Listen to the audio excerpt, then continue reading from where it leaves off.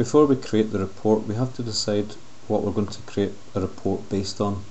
And we've got two choices with this database here. This is in my first database.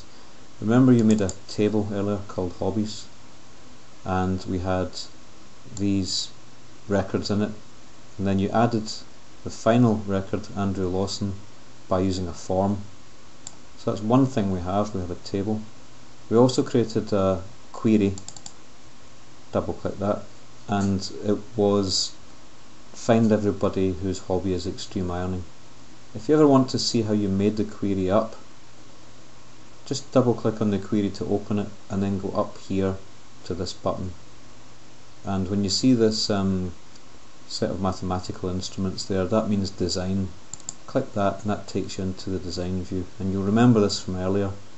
Remember there was the field names there, first name, surname and hobby, all from the hobbies table. And down here the criteria was extreme ironing. You might notice inverted commas have appeared around the text. Don't worry about that, Access does that for you. Now, we're not interested in the query here, we're interested in creating a report, so I'm going to close this.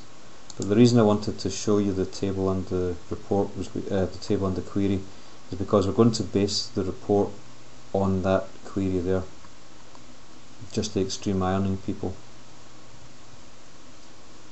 So we have to create a query, so that's up in this create tab here. Sorry, a report, that's up in the create tab. And if we move our mouse along here, this section here is all about reports. And let's this time use the report wizard. Give that one a click.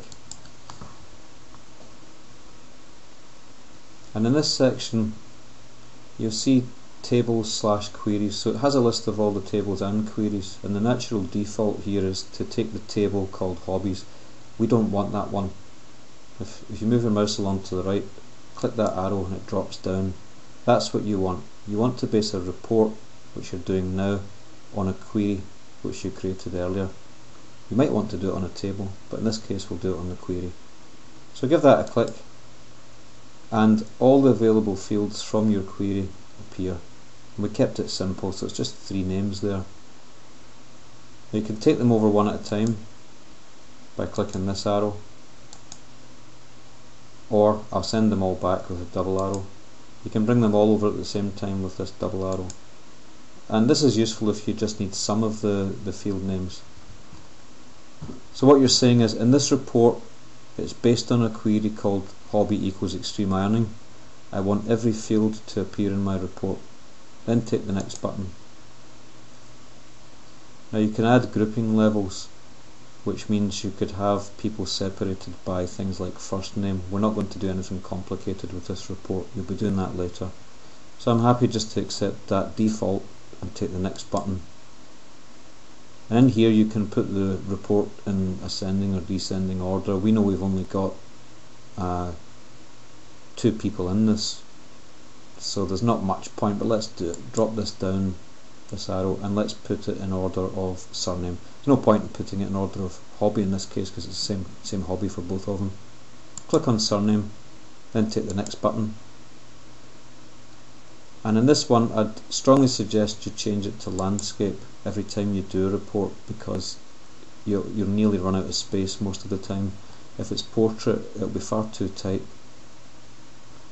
And you can fiddle about with these areas later on, but at the moment I'm just going to accept the default tabular and then take the next button.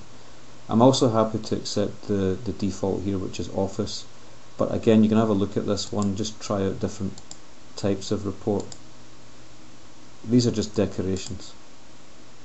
I'll go back to office and then press the next button, and it says what title do you want for your report, and it suggests the same name as the query. I think that's a good idea again, to leave it the way it is, then you know what the report's based on.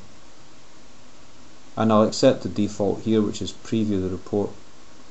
My next button's greyed out now, so I can't use it anymore. Go to the finish button, and that's a simple report done.